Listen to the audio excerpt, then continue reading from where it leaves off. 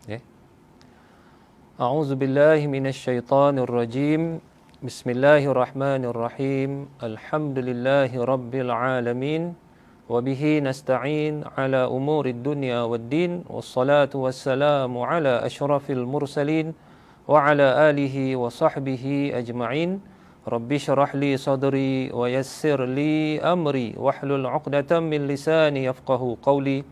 Allahumma salli wa sallim wa barik ala sayyidina Muhammad tibbil qulubi wa dawaiha wa afiyatil abdani wa shifaiha wa nuril absari wa diyaiha wa ala alihi wa sahbihi wa barik wa sallim tasliman kathira. Allahumma aftah lana abwabal khair wa abwabal barakah wa abwabal ni'mah wa abwabal rizqi wa abwabal sihhah wa abwabal salamah wa abwabal quwwah wa abwabal ilmi wa abwabal jannah. Ya Allah, bukakanlah kepada kami segala pintu-pintu rahmat-Mu, segala pintu-pintu kebaikan, keberkatan, kenikmatan. Ya Allah, bukakanlah kepada kami segala pintu-pintu rezeki yang halal, segala pintu-pintu kesihatan dan keselamatan. Ya Allah, bukakanlah kepada kami segala pintu-pintu ilmu yang bermanfaat dan segala pintu-pintu syurga-Mu. Amin ya rabbal alamin. Alhamdulillah, para penonton, para jemaah sekalian, kaum muslimin muslimat, khususnya jemaah Masjid Darul Ma'mur. Assalamualaikum warahmatullahi wabarakatuh. Alhamdulillah, para penonton, para jemaah, apa khabar? Hari ini kita dan semalam sejuk, hujan.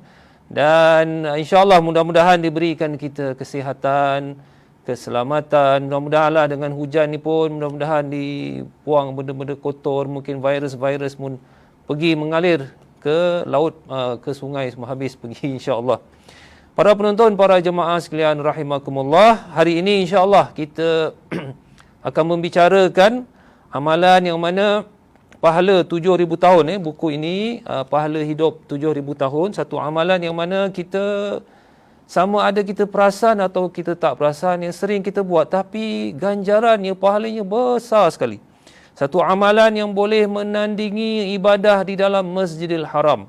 Satu amalan malahan boleh menandingi amalan pada malam Lailatul Qadar. Satu amalan yang besar pahalanya.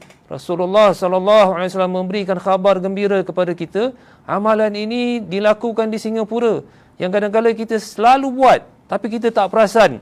Cuma kita kena lebihkan sedikit. Iaitu apa, para jemaah? Banyak memberi manfaat kepada seluruh manusia.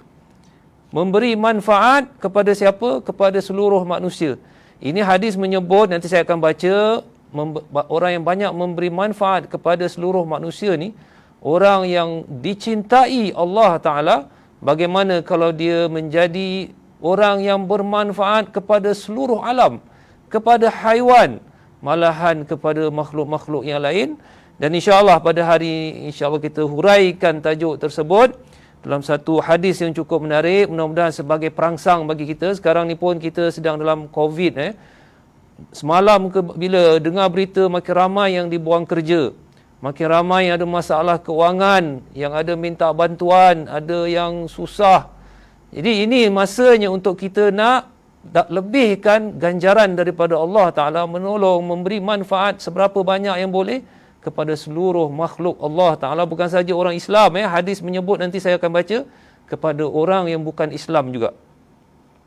Baik, para penonton, para jemaah, sebelum kita mulakan pengajian, marilah sama-sama kita membaca surah Al-Fatihah. Mudah-mudahan Allah Ta'ala menjadikan kita, jemaah-jemaah Masjid Darul Ma'mur, sebagai orang yang paling banyak memberi manfaat kepada manusia, insya-Allah. Dan mudah-mudahan dalam golongan orang-orang yang dicintai oleh Allah Subhanahu wa Ta'ala.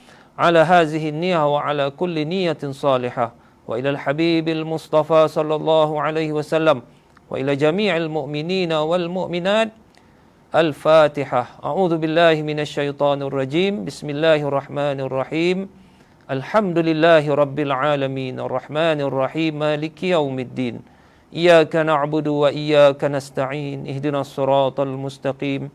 Siratal ladzina an'amta 'alaihim ghairil maghdubi 'alaihim waladdallin. Amin ya rabbal alamin. Para penonton, para jemaah rahimakumullah, kita sekarang ni mungkin ramai yang tak dapat menunaikan ibadah umrah Ada yang mungkin sedih, dah lama tak dapat ziarah ke Madinah. Lagi satu ganjaran pahala ibadah di Masjidil Haram ni 100,000 kali ganda. Ini kalau sembahyang seorang, kalau sembahyang berjamaah kali 27. Maknanya 2,700,000 sekali sembahyang berjamaah di Masjidil Haram. Bagaimana dengan malam Lailatul Qadar? Iaitu digandakan seolah-olah macam ibadah 83 tahun. 1,000 khairun min alfi syahr. Lebih baik daripada 1,000 bulan. Rupa-rupanya kita tidak perasan. Di Singapura ni, nanti insya-Allah akan juga saya terangkan sebuah hadis di mana ada nanti hadis menyebut ada di kalangan umat Rasulullah sallallahu alaihi wasallam. Nanti di hari akhirat dia merasa hairan melihatkan amalan dia ni gunung meninggi, makna banyak sekali seperti gunung yang tinggi. Amalan kebaikan dia punya pahala. Jadi dia heran daripada mana pahala dia dapat semua ni sedangkan dia beramal kurang. Rupa-rupanya dia dapat tahu ada amalan-amalan yang dia rasa macam biasa-biasa saja, perkara-perkara biasa. Rupa-rupanya besar pahalanya di sisi Allah Subhanahu wa taala. Jadi antaranya banyak memberi manfaat kepada manusia hasil daripada usaha kita. Nanti saya akan terangkan juga apa dia amalan-amalan yang banyak memberi manfaat kepada manusia. InsyaAllah para penonton, nanti kita akan lihat benda-benda yang simple-simple, benda-benda biasa. Kadang-kadang kita tak perasan ini banyak memberi pertolongan kepada seluruh manusia, insya-Allah. Jadi jadi jangan bersedih kalau kita tak dapat ke umrah, tidak dapat mungkin Lailatul Qadar, mungkin kita terlepas ke apa. Jadi kita cuba satu lagi amalan banyak memberi manfaat kepada manusia. Saya baca di sini, saya baca dahulu kemudian saya huraikan muka surat 249. Muka surat 249 ini adalah satu lagi pintu yang amat luas bagi mereka yang inginkan pahala yang berlipat kali ganda. Beruntunglah orang yang diberi oleh Allah kelebihan untuk suka menolong orang lain, membantu kerja-kerja kebaikan dan banyak memberi manfaat. Daripada Abdullah bin Umar radhiyallahu anhuma bahawa Rasulullah sallallahu alaihi wa alihi wasallam telah bersabda, "Ahabbun nas ila Allah anfa'uhum linnas wa ahabbul a'mal ila Allah azza wa jalla sururun tudkhiluhu ala muslim atau takshifu an kurbah." Sehingga akhir ni panjang bahasa Arab. Saya terjemahkan Melayu senang saja. InsyaAllah para penonton saya rasa 99% mungkin tahu cakap Melayu sajalah. Bahasa Arab mungkin ada yang mungkin asatizah boleh faham. Jadi saya terjemah senang ini. Di antara ataupun orang yang paling dicintai oleh Allah Subhanahu wa taala ialah orang yang banyak memberi manfaat kepada manusia. Dan di antara amalan yang paling Allah sukai ialah kegembiraan yang dimasukkan dalam seorang Muslim. Mungkin tuan-tuan ada amalkan. Atau menghilangkan baginya kesulitan. Masya Allah mungkin kita ada lakukan. Atau menyelesaikan hutang piutangnya. Atau menghilangkan baginya kelaparan. Dan kalau aku berjalan, iaitu Rasulullah berjalan dengan saudaraku kerana menyelesaikan hajatnya, maka itu lebih aku suka, iaitu Rasulullah suka daripada beriktikaf di masjid selama sebulan. Masya Allah. Dan sesiapa yang mengawal marahnya, Allah akan menutup keaibannya. Dan sesiapa yang menahan sifat berangnya, sedangkan dia berkuasa untuk bertindak, Allah akan penuhkan hatinya dengan keredaan pada hari kiamat. Dan sesiapa berjalan dengan saudaranya untuk menyelesaikan hajatnya sehingga dihasilkannya, Allah akan tetapkan kakinya di sirat pada hari kaki-kaki yang tergelincir dimasukkan ke neraka. Dan sesungguhnya akhlak yang buruk itu merosakkan amalan kebaikan sebagaimana cuka merosakkan madu. Hadis riwayat Imam Tabrani dan dihukumkan sebagai hadis hasan. Baik para penonton rahimakumullah, ini tajuk yang kita nak bincangkan pada hari ini. Amalan yang mana insya-Allah boleh menandingi banyak amalan-amalan salih. Malahan orang yang banyak memberi manfaat kepada manusia lain sebenarnya dia dalam keadaan beribadah. Jangan kita sangka orang yang beribadah tu hanya setakat ke masjid. Bukan hanya ibadah tu setakat membaca Quran. Bukan ibadah tu dengan membayar zakat atau berzikir. Tidak. termasuk orang yang beribadah kepada Allah Ta'ala, iaitu banyak membawa kebaikan kepada masyarakat, memberi manfaat kepada masyarakat. Dan ini juga termasuk sedekah. Para penonton, kita kena faham, sedekah ni dia ada makna khusus, ada makna umum. Makna khusus ni kita keluar duit, kita kasih orang, itu sedekah dalam bentuk wang. Tapi sedekah yang berbentuk umum ni kadang-kadang lebih besar daripada sedekah berbentuk wang, iaitu apa sahaja kebaikan yang kita buat untuk orang lain dan untuk diri sendiri, para jemaah. Bukan saja kebaikan untuk orang lain saja, tapi untuk diri sendiri pun dikira sedekah. Apa dalilnya? Dalilnya sebab itu Nabi kata, orang yang bertasbih pun sedekah. Tasbih pun sedekah. Sebab dia menolong diri dia, membantu diri dia menjadi orang yang baik.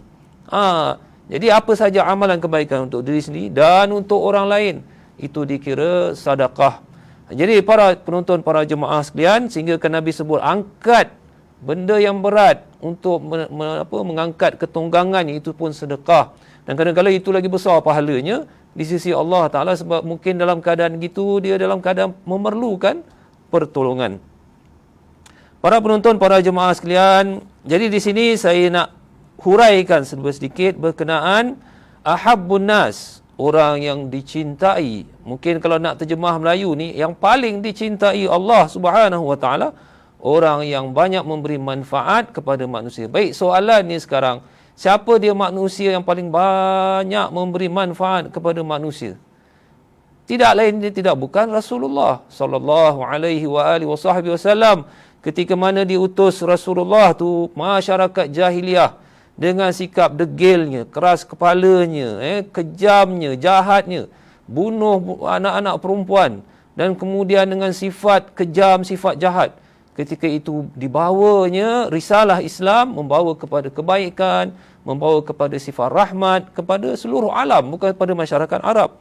Jadi Rasulullah sallallahu alaihi wasallam orang yang paling banyak memberi manfaat. Sampaikan saya bercakap ni pun, para jemaah, saya bercakap ni pun ilmu dapat daripada mana? Ilmu saya dapat daripada Rasulullah sallallahu alaihi wasallam. Kita umat Islam dapat masuk Islam dengan berkat dakwah Rasulullah dan berkat dakwah para sahabat Nabi dan dakwah para ulama kita. Jadi ini yang nak diterangkan di sini, para penonton, antara cara-cara untuk kita dapat menyampaikan, memberikan manfaat kepada masyarakat melalui lidah kita juga, iaitu memberikan nasihat. Mungkin kita ada pengalaman yang bermanfaat, kita boleh didik kepada anak-anak kita, kepada keluarga, kepada teman-teman. Pengalaman mungkin sebagai seorang polis, cara nak menangkap orang. Saya dulu pernah dengar cara-cara nak menangkap ini pirate dekat lautan tu, ada pirate. Kita nak kejar diorang pun ada cara dia, nak berdepan dengan diorang pun ada cara dia. Ni sekarang orang tengah masalah COVID ni, pekerjaan tak ada masalah, scam pula banyak ni. Cara mencuri, merompak dengan cara penipuan. Jadi kita kadang-kadang perlu belajar daripada orang-orang yang kasih nasihat supaya kita tidak ditipu. Ataupun kita mungkin naik kapal sekali tiba-tiba ada pirate datang, na'udzubillah. Jadi ini semua ilmu-ilmu yang bermanfaat bagi kita, bermanfaat kepada masyarakat, atau berdepan dengan perompak dan sebagainya. Jadi contohnya antara yang banyak memberi manfaat ni, kadang kita tak perasan. Mudah-mudahan mereka ni mendapat pahala yang besar di sisi Allah Ta'ala. Macam postman. Orang kadang-kadang bilang, kau ni kerja postman, gaji berapa? Tapi para jemaah, surat dululah, sekarang pun postman dah kurang sikit. Sekarang dah pakai email. Dulu kesian pergi sana, pergi dengan panas-panas, dengan basikal, hantar surat. Tidakkah surat ini memberi banyak kebaikan kepada company-company, kebaikan kepada mungkin majlis Majlis Agama Islam Singapura contohnya, ataupun kepada keluarga yang lain, orang yang belayar luar negeri dulu. Saya dulu, para penonton, nak dapat surat daripada family, nak kena tunggulah seminggu. Dia kata nanti surat sampai lepas seminggu lah sampai Mesir. Tapi itulah makna manfaat postman, para jemaah, jangan kita pandang hina. Begitu juga antaranya orang yang bekerja sebagai polis ataupun benda-benda bomba contohnya, memberi manfaat kalau kebakaran dan sebagainya. Dan kadang-kadang mereka juga ada masa-masa berlaku kereta terbakar. Kemarin sikit hari ada seorang hamba Allah, kereta dia hampir-hampir terbakar. Jadi cepat-cepat ada orang bantu tolong dengan dia punya pump ni yang kasih padam api dan sebagainya, dan kemudian bomba datang. Ini ilmu-ilmu benda-benda yang bermanfaat kepada kita, hendaklah kita sampaikan kepada masyarakat para jemaah. Jadi di sini ahabbun nas ilallah anfa'uhum linnas. Jadi bukan sahaja setakat asatizah, bukan setakat para pendakwah, malahan mereka di luar sana. Mungkin driver taksi pun, driver bas kalau tak ada, MRT kalau tak ada, macam mana nak pergi kerja? Jadi kita perlukan khidmat mereka, dan khidmat mereka ni banyak memberi manfaat kepada manusia. Sebab itu saya terangkan tadi, ada hadis menyebut, nanti di hari akhirat, ada hamba-hamba Allah yang merasa hairan. Saya punya amalan ni tak banyak di dunia, macam mana pula menggunung pahalanya di hari akhirat? Rupa-rupanya tak perasan yang amalan-amalan ni, kerja-kerja harian yang dia buat, membawa manfaat kepada manusia, dan manusia mendoakan kebaikan pula untuk dia, dia dapat pahala yang besar. Para penonton, para jemaah, cuma sebelum saya nak huraikan lagi perkara ini, iaitu antaranya kita ni kadang-kadang nak tolong orang, cuma ada orang ambil kesempatan. Ini pun kena jaga jugalah. Memang Rasulullah SAW memberitahu al-mu'min kayyisun fatin.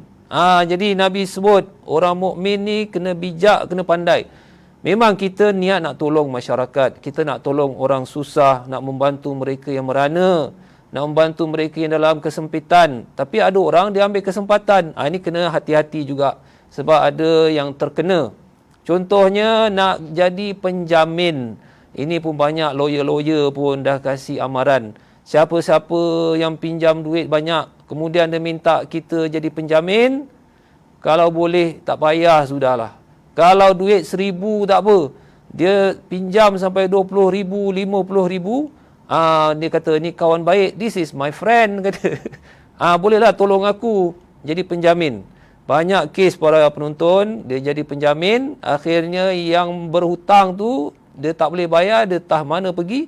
Jadi yang ini dia minta kepada yang penjamin. Bank cari penjamin tu habis. Ada hamba Allah saya dengar sampai datang ke rumah, sampai tampal-tampal. Ini barang semua nak kena lelong.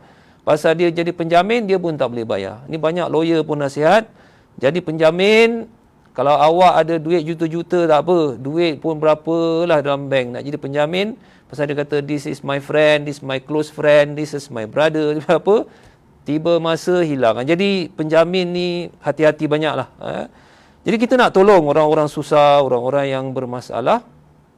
Jadi tidak semestinya dengan duit para penonton, para jemaah, tapi dengan bantuan, dengan tangan yang ringan untuk membantu mereka yang susah, dengan nasihat, dengan pengalaman ilmu yang ada. Tak semestinya dia seorang profesor, tidak semestinya saya dah terangkan tadi, tidak semestinya dia seorang ulama.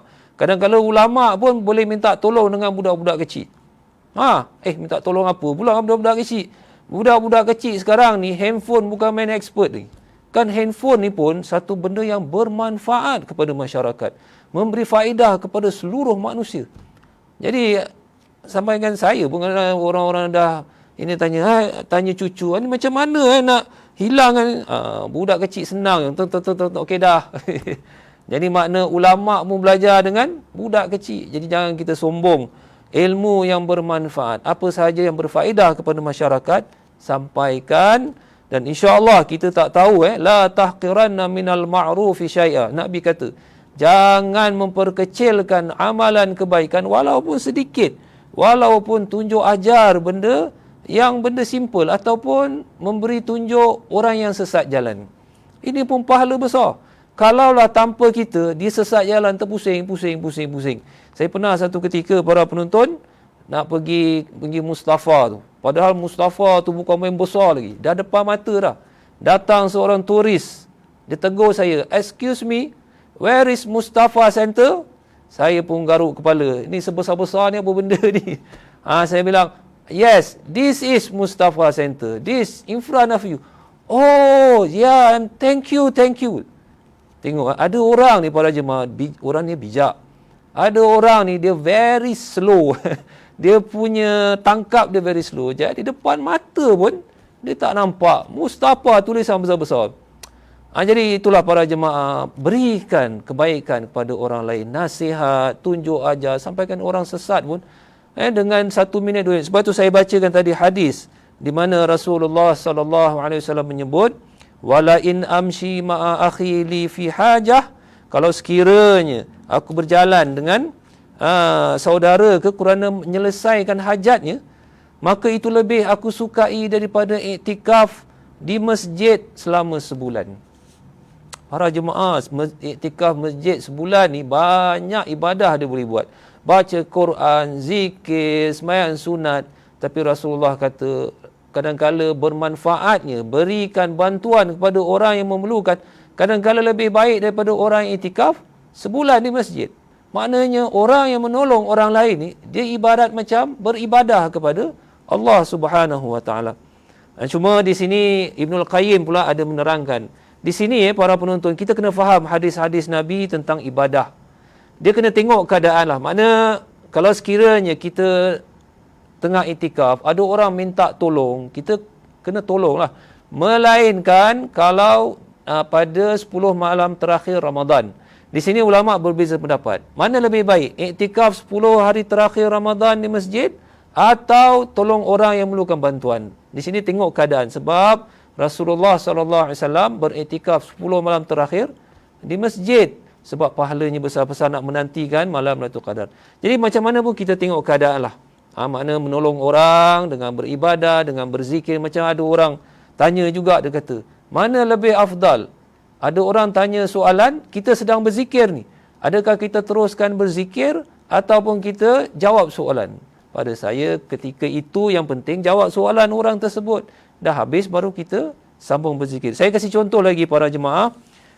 Ibadah ni kena tengok keadaan juga, iaitu kisah Juraij. Iaitu di mana Rasulullah SAW memberitahu tentang seorang yang saleh namanya Juraij. Dia ahli ibadah. Alhamdulillah, bagus para penonton. Kita kalau boleh nak jadi ahli ibadah, rajin. Cuma dia tak tahu timing yang betul bila masa yang patut ibadah sunat ni dan bila masa dengan taat mak dia. Jadi kita perlu sesuaikan masa juga. Mana datang ibunya. Juraij ni dia ada tempat sendiri beribadah, ada satu tempat khusus. Tempatnya pun kecil. Mak dia datang jauh-jauh. Juraij ketuk pintu. Juraij tengah sembahyang. Dia kata, ya Allah, ibadahku atau mak aku? Dia kata, okeylah, aku teruskanlah ibadah. Mak dia ketuk-ketuk, kesian, balik. Kemudian besok datang lagi. Juraij. Rumah kecil, tempat ibadah je. Juraij tengah sembahyang lagi. Besok pun sama juga. Juraij. Jadi Juraij kata, alamak, aku masih tengah sembahyang lagi. Jadi akhirnya mak dia jadi marah. Dia kata, ya Allah, jangan matikan anak aku, melainkan dia melihat pelacur. Diuji dengan pelacur. Betul-betul doa mak dia. Ni kisah panjang lah. Jadi para penonton, kita kena tengok keadaan. Ada masa-masanya, itu time ibadah. Ada masa-masanya tolong orang. Cuma saya nak pesankan di sini bahawa beri manfaat kepada manusia, berikan kebaikan kepada seluruh manusia. Ini satu ibadah besar di sisi Allah Ta'ala. Dan ini juga antara penyebab dicintai oleh Allah Subhanahu Wa Ta'ala. Jadi saya nak kasih contoh lagi satu perkara yang menarik. Kisah yang saya baca sendiri, iaitu seorang daripada wanita Sweden, dia masuk Islam. Ini para jemaah, kita kalau boleh beri manfaat walaupun di social media, social media, mana satulah, dua-dua boleh. Kita berikan kata-kata nasihat, kata-kata manfaat kepada orang lain di social media. Jangan hanya nak mengata orang lah, mengutuk orang. Biar kata-kata yang memberi manfaat.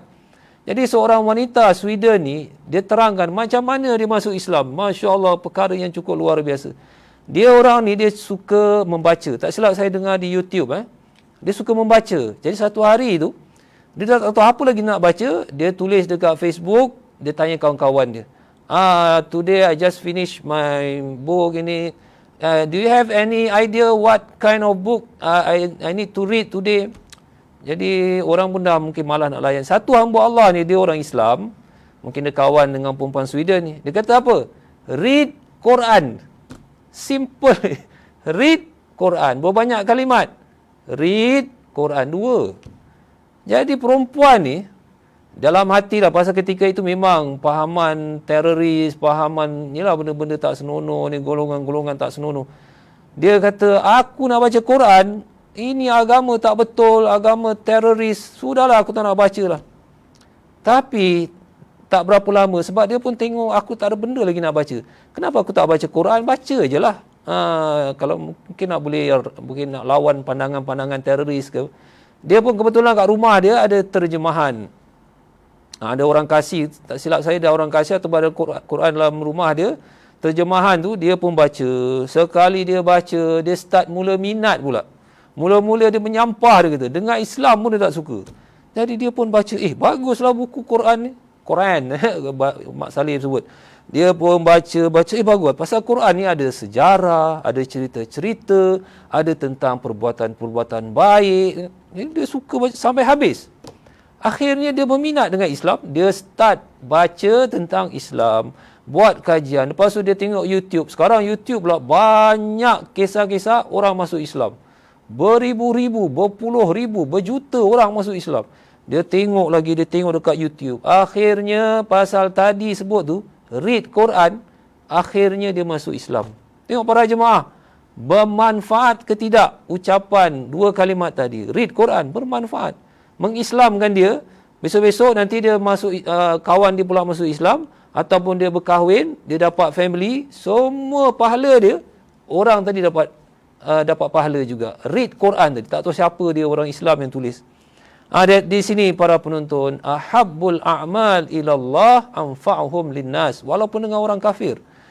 Sungguhnya amat dicintai oleh Allah Ta'ala, iaitu orang yang banyak memberi manfaat kepada manusia. Dan saya tertarik hadis tadi, iaitu ada menyebut antaranya yang disukai oleh Allah Ta'ala, sururun tudkhiluhu ala muslim, kegembiraan yang dimasukkan kepada seorang Muslim, ataupun benda yang menggembirakan seorang Muslim. Jadi sekarang ni orang-orang yang menghadapi masalah keuangan, orang yang menghadapi masalah pekerjaan, dibuang kerja, ada family, macam-macam masalah. Kita yang ada ilmu, ada pengalaman, tak semesti seorang ulama, tak semesti seorang yang profesor. Dia ada pengalaman, macam tadilah seorang polis, seorang bomber, dia bukan technician, electrician, postman, dia pilot. Ini semua benda-benda, driver, banyak memberi manfaat kepada manusia. Dia boleh dengan pengalaman tu, curahkan ilmunya, pengalamannya, beri manfaat kepada orang lain. Jadi ini yang boleh menggembirakan.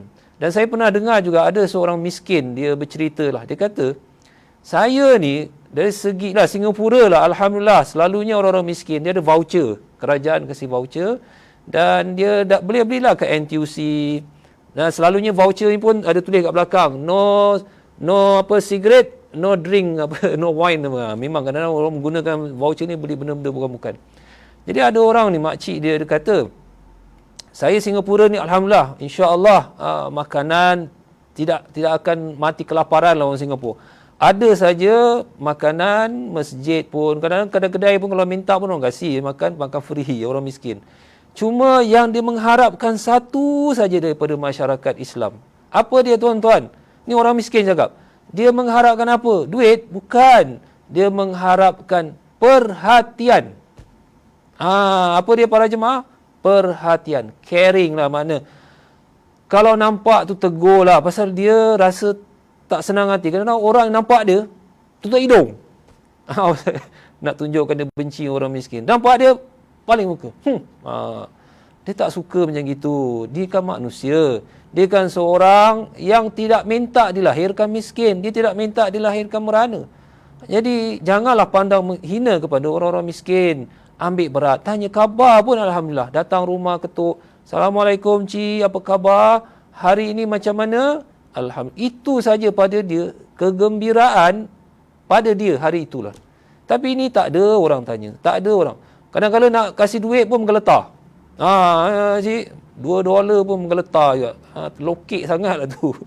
Jadi itu para jemaah ramai. Jadi pengalaman saya nak cerita banyaklah pengalaman. Mungkin para penonton pun ada pengalaman. Saya pernah pergi satu masjid. Ada seorang pakcik duduk. Saya tengok tangan dia macam ada kena stroke, tak boleh bergerak gini kan. Jadi dia duduk tepi masjid. Selalu duduklah. Kalau asal-asal duduk, saya tahulah dia minta sedekah.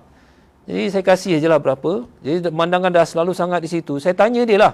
Ni beza antara kasih duit dengan perhatian. Saya tanya satu soalan simple aja. Dia gembira dia. Soalan dia apa? Saya tanya, Cik tinggal mana? Simple ke susah soalan? Senang. Pak Cik tinggal mana? Saya tanya. Terus dia menangis. Saya tanya, saya bilang, Cik, saya salah tanya. Saya cuma tanya Pak Cik tinggal mana. At least boleh kita kasih bantuan ke, hantar beras ke apa kan. Dia menangis. Tapi kalau menangis, dia macam gembira lah. Macam ada orang tanya saya juga mana saya tinggal. Dia kata apa? Saya ni kena halau dengan anak saya. Jadi saya tak ada rumah. Itulah kadang-kadang saya datang masjid, saya minta bantuan. Kadang-kadang saya pergi sana, saya duduk minta bantuan. Kadang saya tak ada rumah. Anak saya halau saya. Dia kata dia tinggal dululah, dah 20 tahun dulu, dia kata dia tinggal Tampines. Jadi sekarang saya pun dah lama tak nampak beliau. Jadi kadang-kadang dengan perhatian, caring, makna ambil, bertanya supaya kita ni ambil berat dengan dia. Kerana itu menggembirakan dia daripada hanya setakat kasih $2. Ada sampai kata main jauh-jauh sudah. Ini mengarut. Makna lokek sangat dengan duit dia. Sebab itu ada hadis menyebut para penonton, ini satu peringatan untuk kita supaya mencintai orang-orang miskin ni. Iaitu hadis menyebut kepada Sayyidina Aisyah radhiyallahu anha. Nabi menyebut, memberitahu kepada Sayyidina Aisyah radhiyallahu anha. Nabi kata, wahai Aisyah, bantulah orang-orang miskin, cintai mereka. Sebab mereka ni orang-orang miskin nanti masuk syurga lebih awal 40 tahun daripada orang-orang kaya. Silap-silap yang orang kaya tu macam kita lah, orang Singapura ni kan, banyak duit, banyak apa, Alhamdulillah. Tapi beri peringatan kepada Sayyidina Aisyah, jangan sampai nanti di hari akhirat mereka awal masuk syurga, kita yang lewat. Tak, kita nak kalau boleh sama-sama masuk syurga. Jadi macam mana caranya? Hendaklah bantu mereka walaupun dengan secubit. Ini korma, sebab zaman Nabi memanglah makanan susah. Korma pun dah satu makanan yang besar, pasal sekatan ekonomi, kaum musyrikin sekat ekonomi orang Madinah sampai tak boleh masuk barang. Jadi Nabi kata walaupun dengan secubit buah kurma tu, ambil sikit kasih, tak apa. Mudah-mudahan dengan kita ambil berat, kita membantu mereka, memberikan manfaat kepada mereka yang susah, insya-Allah kita bukan 40 tahun lewat, kita pun sama-sama dengan mereka. Sebab Nabi pun sebut orang yang paling ramai dalam syurga ni orang-orang miskin kat dunia. Sebab mereka ni hidup susah, mereka tak minta hidup susah, mereka tak minta hidup merana. Tapi dilahirkan macam itu, macam berlaku peperangan di Syria. Kecil-kecil dah jadi pelarian, mereka tak minta. Macam Rohingya ni, kesian. Jadi inilah orang-orang ini para penonton. Di hari akhirat ni mereka akan masuk syurga lebih awal daripada kita. Tak tahu, melainkan kalau kita menyayangi mereka, bantu mereka insya-Allah. Termasuk bersama-sama dengan mereka. Para penonton, para jemaah rahimakumullah. Jadi ini yang saya nak tekankan bahawa Rasulullah sallallahu alaihi wasallam menyebut bahawa amat dicintai oleh Allah Subhanahu wa taala orang yang banyak memberi manfaat kepada manusia, maknanya kepada orang-orang bukan Islam pun. Dan satu lagi yang menarik daripada hadis yang saya baca tadi, iaitu bertentangan, sifat bertentangan. Makna orang yang paling menyusahkan manusia tadi memberi manfaat. Bagaimana pula orang yang banyak menyusahkan manusia, membebankan masyarakat? Contoh macam dia ada penyakit COVID, dia pergi sebarkan. Ini ya Allah, ini akhirat ni macam mana ni? Jadi antara yang Rasulullah contoh, Nabi kasih contoh iaitu menahan marah. Sebab marah ni banyak menimbulkan masalah. Kalau tak boleh kawal, ya Allah, kadang-kadang dia lempar barang, dia keluarkan kata-kata cacian, dia buat benda-benda yang tak senonoh, dia pukul orang, dia menyusahkan masyarakat. Jadi lawan bermanfaat, menyusahkan masyarakat. Jauhkan daripada sifat-sifat yang menyusahkan masyarakat. Kadang-kadang ada orang dia tak perasan, dia buang sampah sembarangan, kadang-kadang menyusahkan. Sekarang orang kata lautan ni pun tak lama lagi bukan banyak ikan, banyak plastik. Pasal apa? Main buang sampah sembarangan, kan menyusahkan. Ikan paus pun mati kan pasal plastik. Benda-benda yang bahaya dibuang di lautan. Kemudian ikan makan. Lepas tu kita pula makan. Jangan menjadi orang yang banyak memberi masalah kepada masyarakat. Sebab Rasulullah pun menyebut orang yang rugi, orang yang muflis, bankrupt di hari akhirat ni, iaitu apabila pahalanya banyak sekali, tapi tiba-tiba ada orang tuntut. Ya Allah, orang ni pernah pukul saya, caci saya, kutuk saya, saya nak tuntut. Maka pahalanya dia berikan kepada orang. Datang lagi, ya Allah, orang ni pernah menzalimi saya, mencuri duit saya. Jadi pahala dia kasih pada orang. Datang lagi, sampai pahalanya habis. Padahal tadinya pahala banyak. Akhirnya bankrupt dia lah.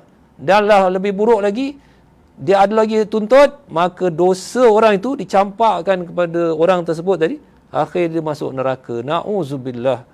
Jadi itulah para jemaah. Pertama, jadilah kita orang Islam yang banyak memberi manfaat kepada manusia. Rahmatan lil alamin. Ini sebagaimana diutus Nabi sebagai rahmat. Jangan jadi orang yang banyak membuat masalah kepada masyarakat. Satu lagi kisah, saya ni banyak juga kisah-kisah nak kongsi lah. Ini antara orang-orang yang buat masalah ni pada masyarakat. Dia rasa dia tak ada buat masalah. Saya pernah satu ketika para penonton nak pergi masjid. Masjid ni kalau boleh depan, belakang ni biarlah bersih kan. Alhamdulillah kita pun ada tukang bersih-bersih kan. Satu ketika saya nak pergi ke masjid. Masjid ni luar dia banyak parking-parking lah. Bukan masjid Darul Makmur. Darul Makmur pun ada parking-parking juga. Ini lagi parking tu banyak. Jadi time azan ni nak dekat zuhur gitulah. Saya pun nak ke masjid. Tiba-tiba saya nampak satu kereta mewah, besar. Dekat dengan masjid. Saya tahu ni orang kita jugalah nak pergi sembahyang. Kereta mewah. Saya tak perlu sebut kereta apa. Besar bukan main.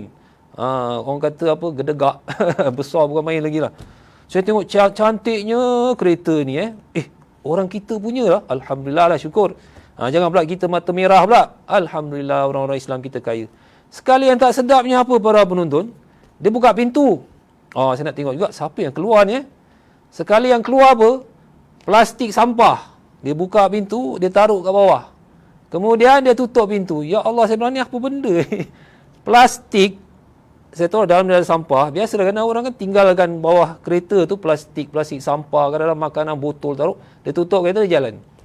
Saya bilang, ini tengok dia tak tutup rapat. Kalau angin tiup kuat ni, bertabur semua ni. Dalam hati saya, ini bahaya ni. Habis kalau dalam ada benda, habis semut, ada tikus macam mana?